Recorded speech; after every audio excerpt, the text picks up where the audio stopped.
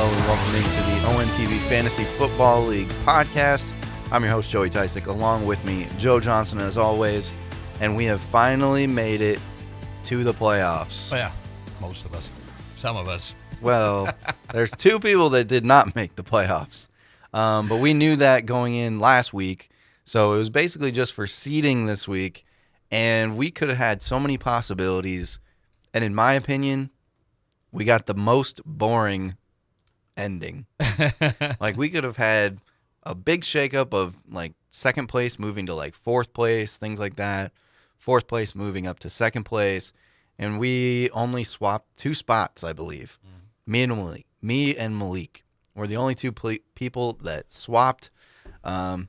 So nothing too exciting in that aspect, but the games were really good. There was a lot of scoring, a lot of crazy scoring around leagues everywhere. This is one of the craziest weeks in the NFL this season. I mean, they're just explosive performances that got people into the playoffs based on, maybe the Chase late Cincinnati touchdown where he probably should have taken a knee or slid or whatever to end the game. But that touchdown I've seen online sent people to the playoffs that otherwise might not have made it. So many crazy performances that we'll get into. Yeah, and the other side of that, too, there was a lot of really big duds out there. To start the week, Jaden Reed had 0 points. Thanksgiving. 1 target. That's crazy. And so now we'll see what happens going into the playoffs. There's no more buys, thank goodness, because there was a lot of craziness with the buys last week. And now it's just whoever's team plays the best, who's got the hot hand at the moment. Yeah. You sent me that graphic. I see it every week. The ultimate lineup where if you played the high score in every skill position, what the total would be. And this past week's total was almost 300 points. I don't know if you see the reverse of that, the imperfect lineup, like multiple players who started, were not injured, got zeros. Yeah, which is shocking. Mm-hmm.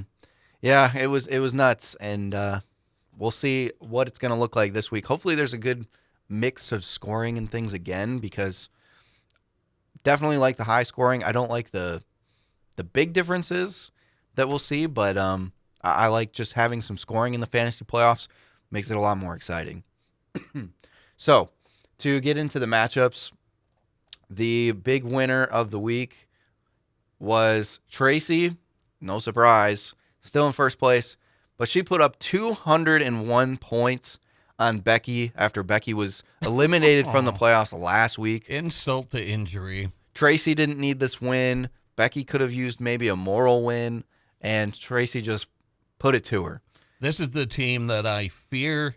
It was a fluke last week what did she score last week? Like 60-something points or something? Or when she had, or was it 2 weeks ago? 2 weeks ago now. 2 weeks ago when she had her Bengals players on a bye. Luckily, that was meaningless, that loss that she had. Her team at full strength is terrifying. Yeah. And, just looking at the top, Joe Burrow, 25 points. They've been throwing the ball a ton. Justin Jefferson, 32 points. He finally had a really good game with 2 touchdowns. Jamar Chase, 45 points. He's been the best fantasy player in the last, 6 weeks. Think about this. Again, we need to remind our listeners that it's an 8-team league, so there's a lot of talent. But she had the 8th pick in the draft, got back-to-back picks, and drafted Jefferson and Chase with back-to-back picks. And they are turning out to be, as we feared on draft day, the top 2 receivers in a class by themselves. And here they are this week combined for, 77 points. Yeah, it's what we were nervous about. Yeah, and I remember when she made those picks, I was like, oh, no, how did we let that happen? Yeah, and it's like you said, that's kind of what happens in an 8-person league. But the other crazy thing is she's just found all the other guys, too, that are producing. Alvin Kamara having a bounce-back year. He had kind of a quiet day with 13 points, but that's still good for a running back. Chase Brown has been incredible because, again, Joe Burrow just throws the ball. So if your running back is catching the ball this many times, you're getting 24 points from Chase Brown, which is huge. I had him in a parlay for rushing yards, like 60 rushing yards, and he came up short of that, but he had a ton of receiving yards, including a long TD reception. Yeah. And then she had a bunch of people on bye, even in week 14, Zay Flowers, Joe Mixon, Brian Robinson. Ugh. And so she had to make some decisions. But again, luckily, because we're in an 8-person league, she just went and got Jacoby Myers and Jerry Jeudy, and they had solid days. Man, dust off that trophy, Joey. Yeah, I got to clean it up for when I return to the championship. I got to make another run. Jake Bates continues to be a really good kicker. Pittsburgh's defense, one of the best. And then for Becky, she had a pretty good week. Jalen Hurts, 24 points. Jackson Smith and Jigba, 19. James Conner, 22. David Montgomery, 19. Trey McBride, 14. But again, because she's out of the playoffs and stuff, didn't see that George Pickens was out for the week. Again, kind of just one of those things where end of the season, you're just kind of tired of your team when you didn't make the playoffs. Yeah. Next up was our matchup, which was actually a lot of fun. It stunk that I lost. We had a meaningless game, so it was just trash talking. Well, really. It wasn't entirely meaningless. Oh, yeah, for seeding. I could have made a bye because of the other two seeds above me, both losing. Could have been big for me, but of course, T. Higgins decides to have his worst game of the season. Wow, he just disappeared in a game that put up a lot of yardage, a lot of points. He was nowhere to be found. He had at least one drop that I saw. Shocking output from T. Higgins. Yeah, and I only needed 12 points from him, so to just see Jamar Chase and Chase Brown, Joe Burrow all having really big games was just kind of disappointing on Monday night. Now, like we said, it's not the end of the world because for me in the playoffs, seeding doesn't matter too much. The bye would have mattered. Oh, yeah. But who you play, it tends to not really bother me because I've had really good teams just play poorly in the playoffs, and I've had bad teams that have won championships. Right. So you never know what's going to happen. The key is just making the playoffs. Yeah, but we had some of the surprise players of the week. Josh Allen, not really a surprise player, but 51 points. Yeah, that was a surprise. That's the greatest performance by a quarterback. Now, obviously, there was no such thing as fantasy football, 30, 40 years ago. Mm-hmm. But if you go back and look at the stats that quarterbacks have put up since the beginning of the NFL, this is the single greatest performance by a quarterback when you rack up fantasy scores since the inception of the NFL. And right. Of course, I had to face it, but somehow I managed to win. Well, somehow it's right on the other side of the screen here. Sam Darnold and Jordan Addison putting up nearly 80 points combined, both having career days. Sam Darnold with 5 touchdown passes, 347 yards, and of course, 3 of those touchdowns went to Jordan Addison, while he also had 133 yards. That was shocking. And, in all 3 of my leagues, I've had and dropped Darnold a few times and decided to pick him up again recently. So he was kind of a fairly recent waiver wire pickup again, even though he was on my roster. I dropped him. I picked him back up. Even I was shocked to see that 5 touchdown performance. And then Addison, I had on my bench a couple of weeks ago against the Bears, I think it was, when he put up 30 points in one of his greatest performances of all time, and I was kicking myself. And so I put him back on my roster last week. I think he scored like 9, but I left him in this week, and my God, to watch him catch 3 touchdowns and just have a field day against that Atlanta defense, that was fun. I had fun on Sunday. I did not because, one, as you might not be able to tell, I was under the weather all weekend and going into the start of the week. But the worst part was that although I wasn't already feeling good, I was like, it's Sunday. At least I can, sit, relax, have some soup, and watch some football. And then I see Sam Darnold and Jordan Addison just scoring. And by like the early afternoon of the 1:00 games, I was down quite a bit. And I thought, oh, there's no way, because I only had Josh Allen, T. Higgins, and I think somebody else, maybe Jonnu Smith, that were like still playing. And so I thought there was no way. So during that Bills-Rams game, I actually took a nap and I fell asleep. So when I woke up and I saw that I can't remember what the exact score was, but I was only down so many points. All of a sudden I was like, wow, I have a chance. And then I got excited to go watch Monday Night Football, and then I just was not excited once the game started because Jamar Chase was everywhere. Yeah. But you also had good production from Darnell Mooney, Kyron Williams, Braylon Allen.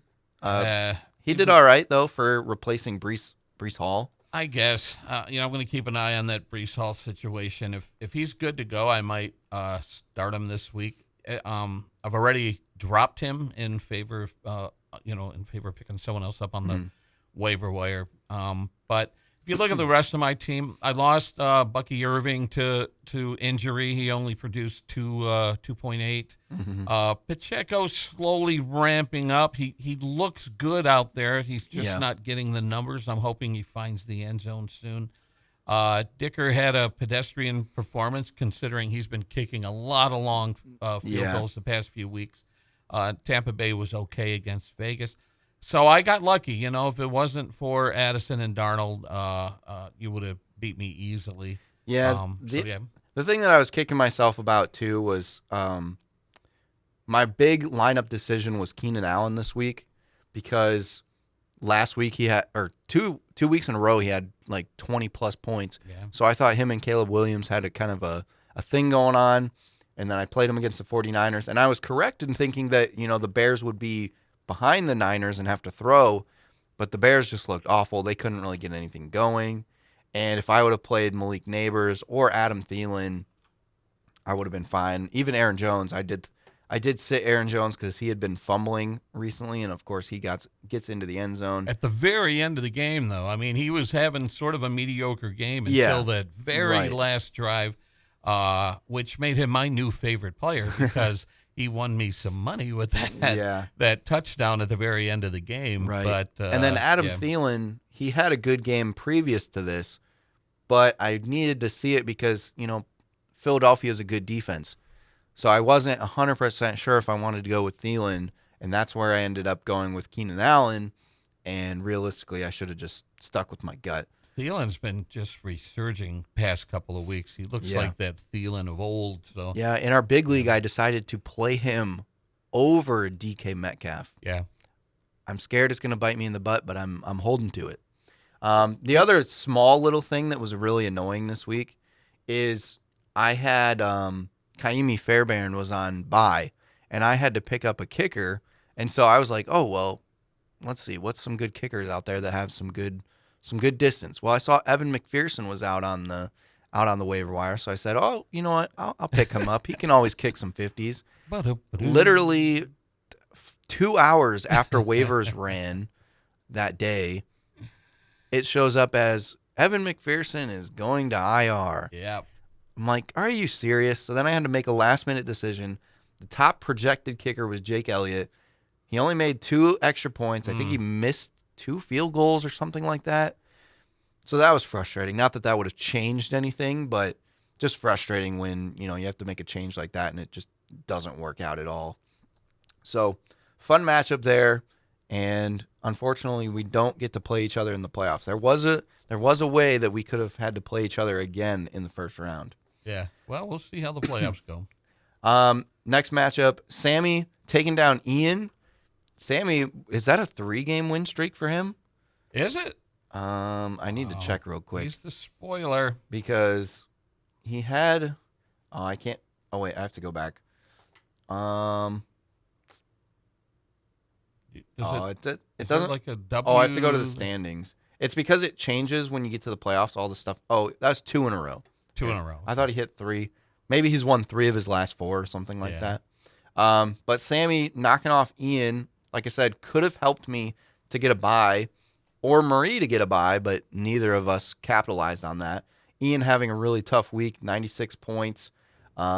He's the one that got 0 from Jaden Reed, going with that start. Brutal. He also had Ken Walker injured, which it doesn't look like Ken Walker is going to play this week either, which is going to be interesting. Tua had a pretty good game, 23.5 points. Amon-Ra St. Brown only had 10, kind of a slow day for a lot of the Lions receivers for the most part. Mike Evans only had 10, another kind of slow day for them. Saquon Barkley had 124 yards, but no catches, or like 1 catch, I think. Which was shocking because correct me if I'm wrong, Carolina has the worst run defense in the league. Yeah. So everyone was expecting, anytime touchdown was the surefire lock of the week from Barkley, and he did not get in the end zone, which shocked the heck out of me. Yeah, he got the yardage, which kind of saved your day, but not as big as a week as you would have thought. Kareem Hunt, he's also, with Pacheco coming back, Hunt's going to slowly lose that role as well. Yeah. So with the injuries, Ian was facing kind of a tough roster decision.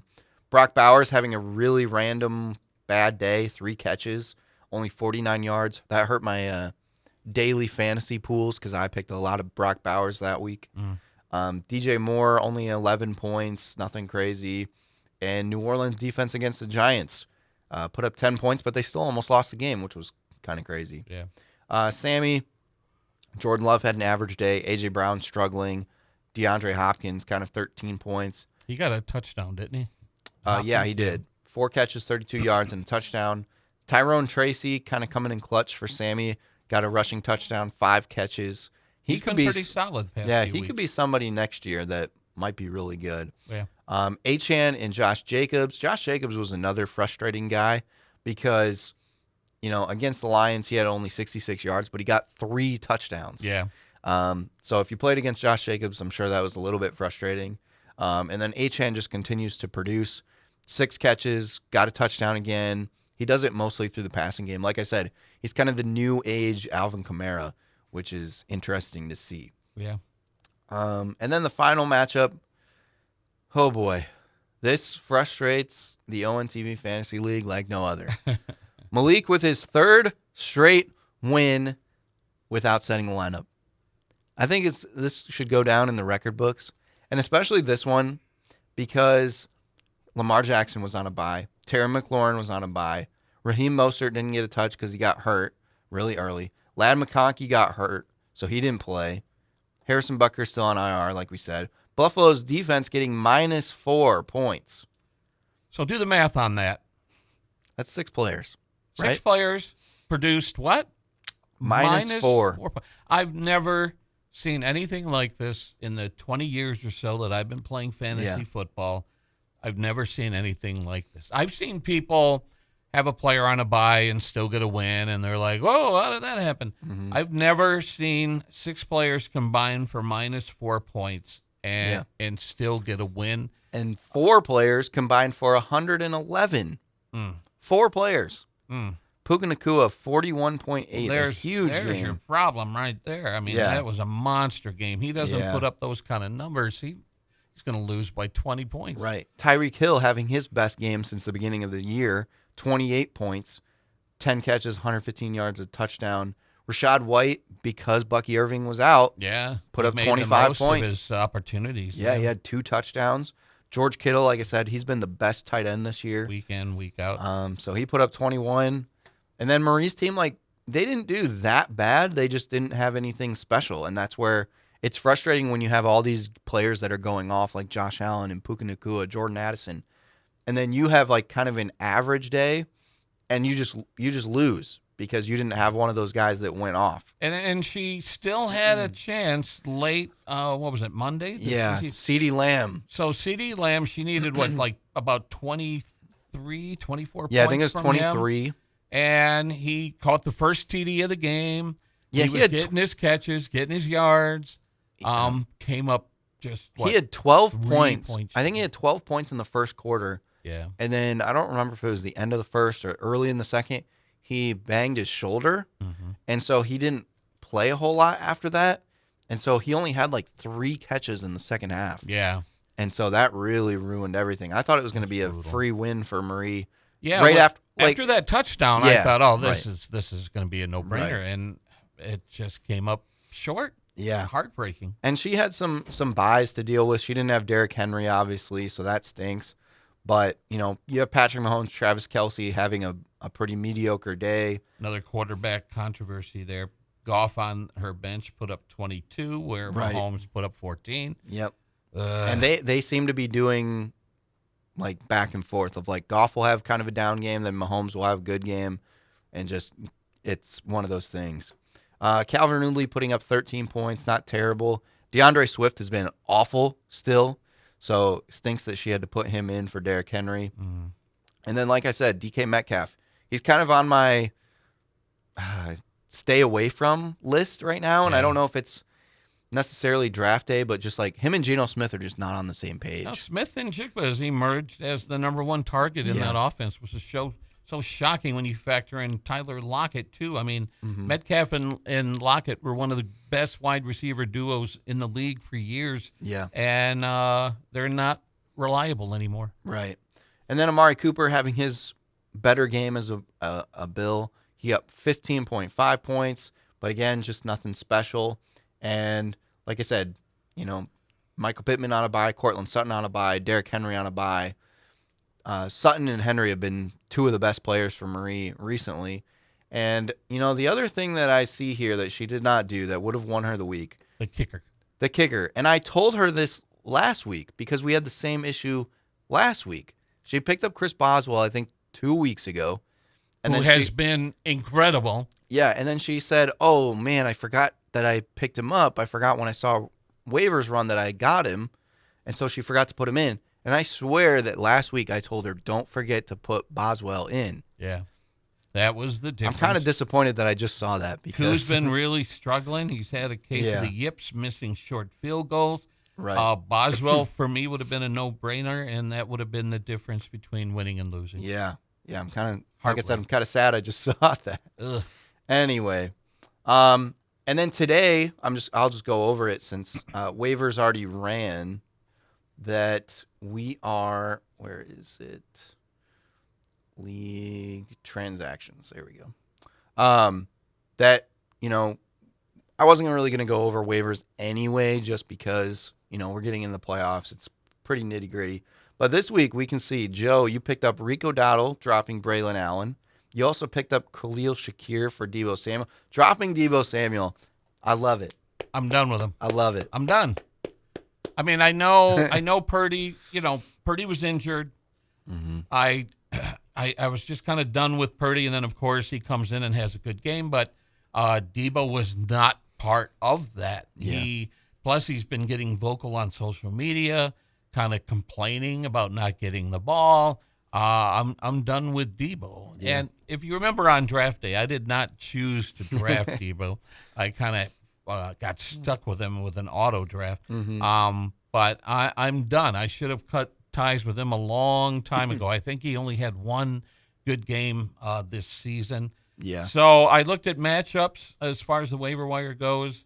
Shakir is facing the Lions. Mm-hmm. So I'm like, well, I don't want to root against the Lions, but if he gets, 80 yards in the TD, I'll take it.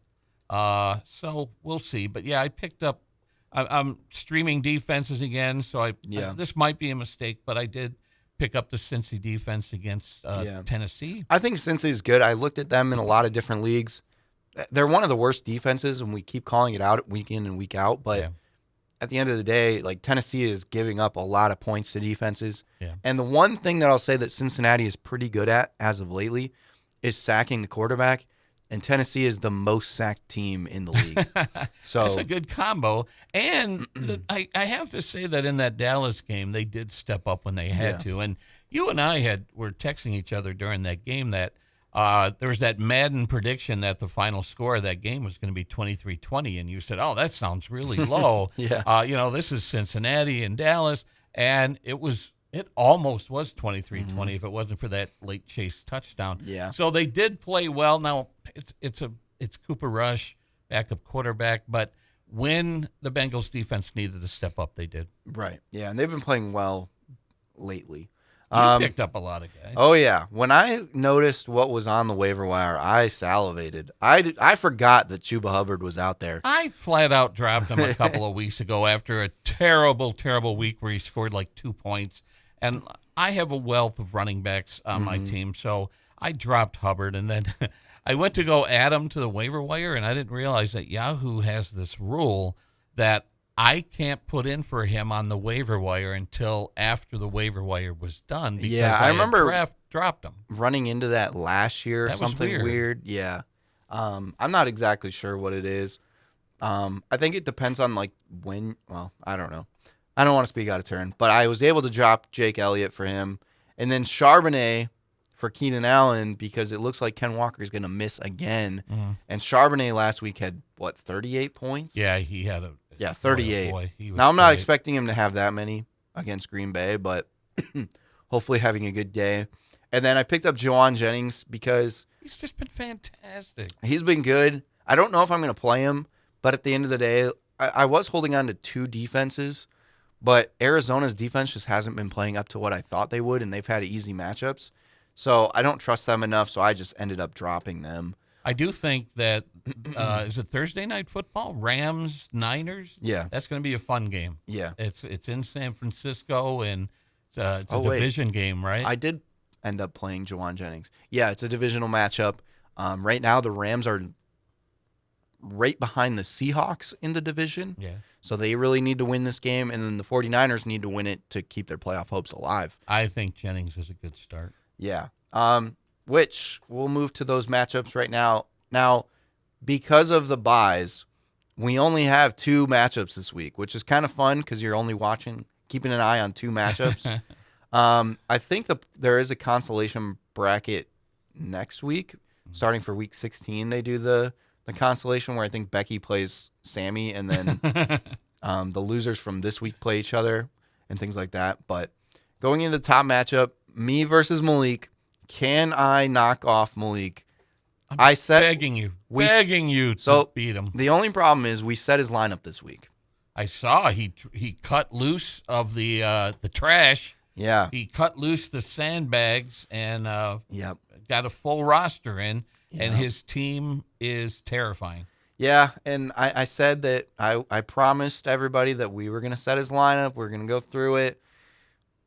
I just didn't know that I was going to play him in the first round, and that does stink, that's for sure.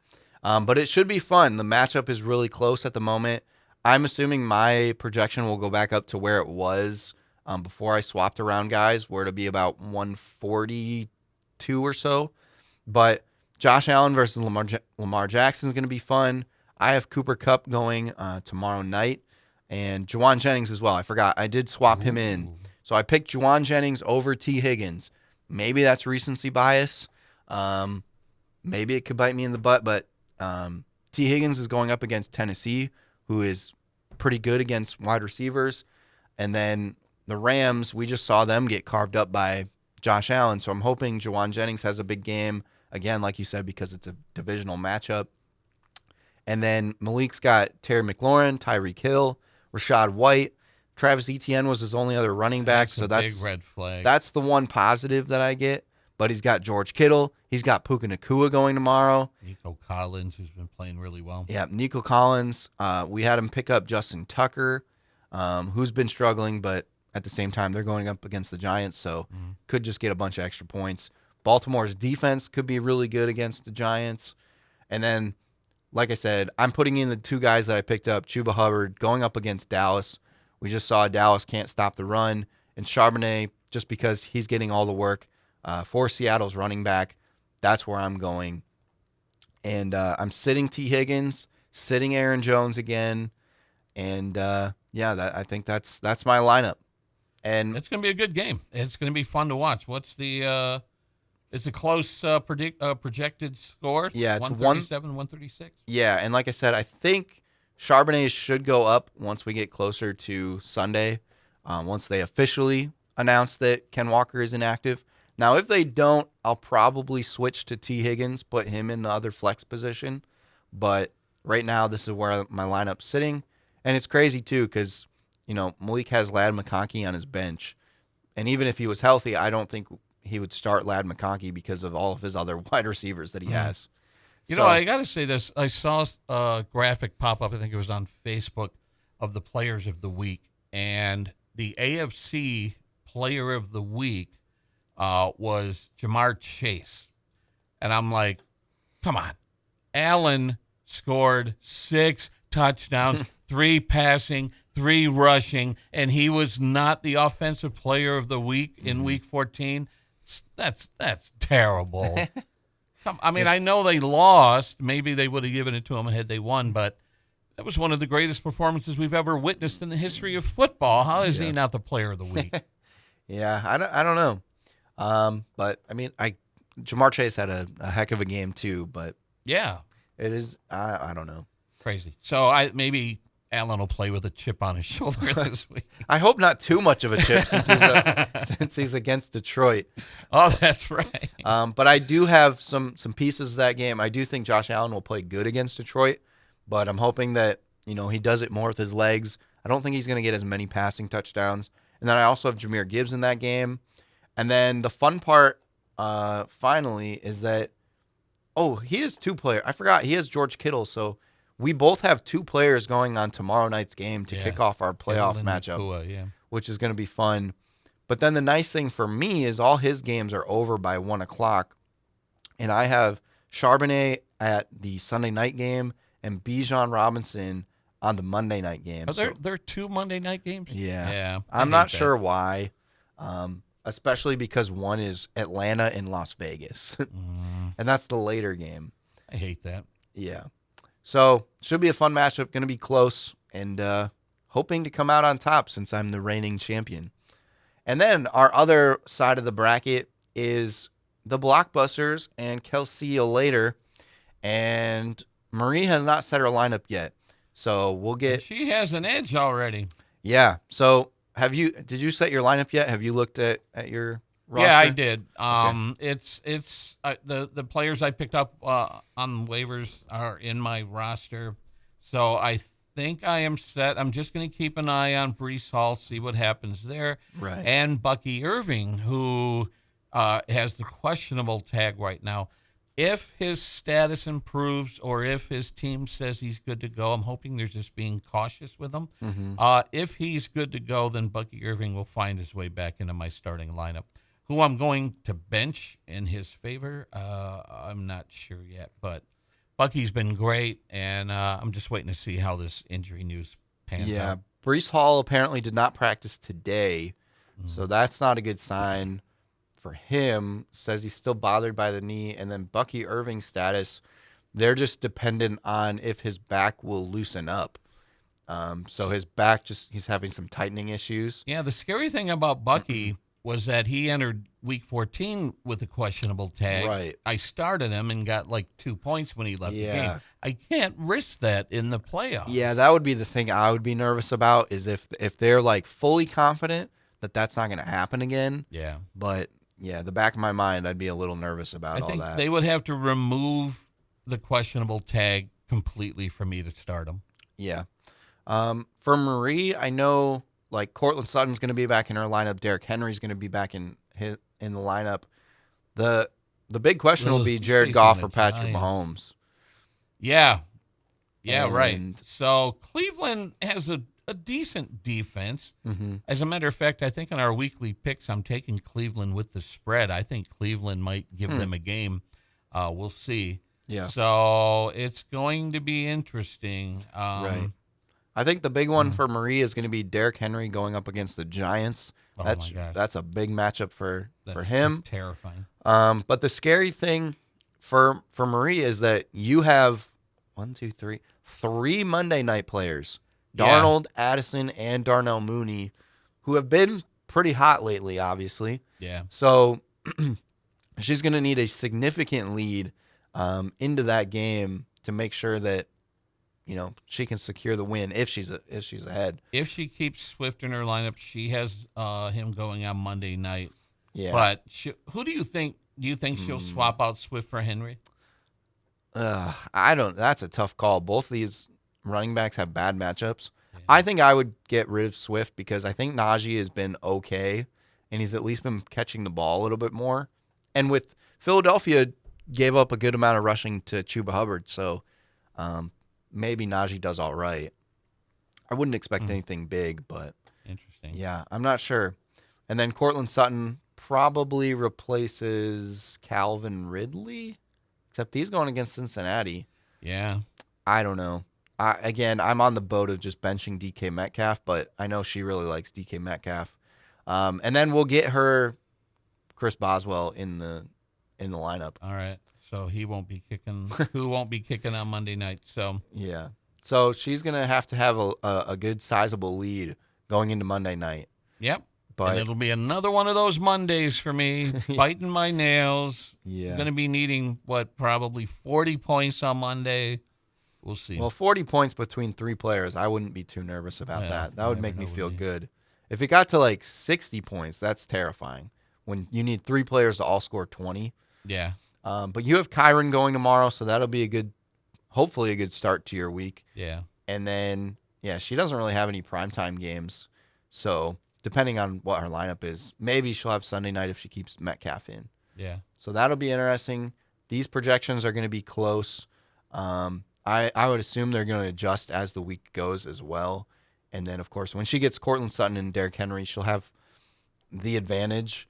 But again, right now it's spooky because Jordan Addison also had a really big game against Chicago the last time. Mm-hmm. So we'll see if they decide to triple team Justin Jefferson again so that Addison can have another big game. We'll see. Yeah.